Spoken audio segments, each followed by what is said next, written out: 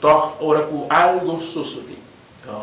Nós por exemplo, o caso de canadês no último, alguns se vão passar.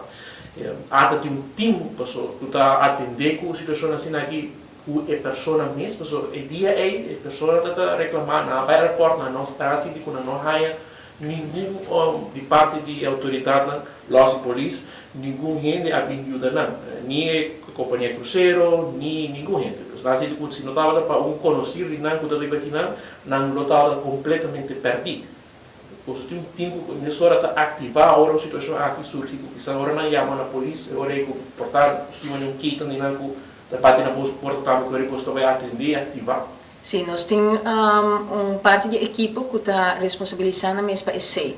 Nós temos, por exemplo, em hoop caso, tem contato e tem guarda comunicar door die slachtofferhulp.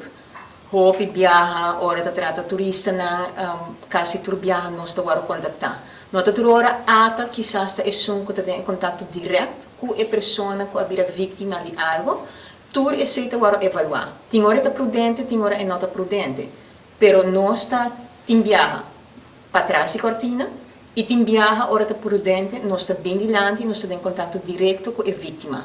Também no caso aqui nós estamos em contato estreito com a Aruba Ports Authority, que está com a raia a situação na primeiro instante.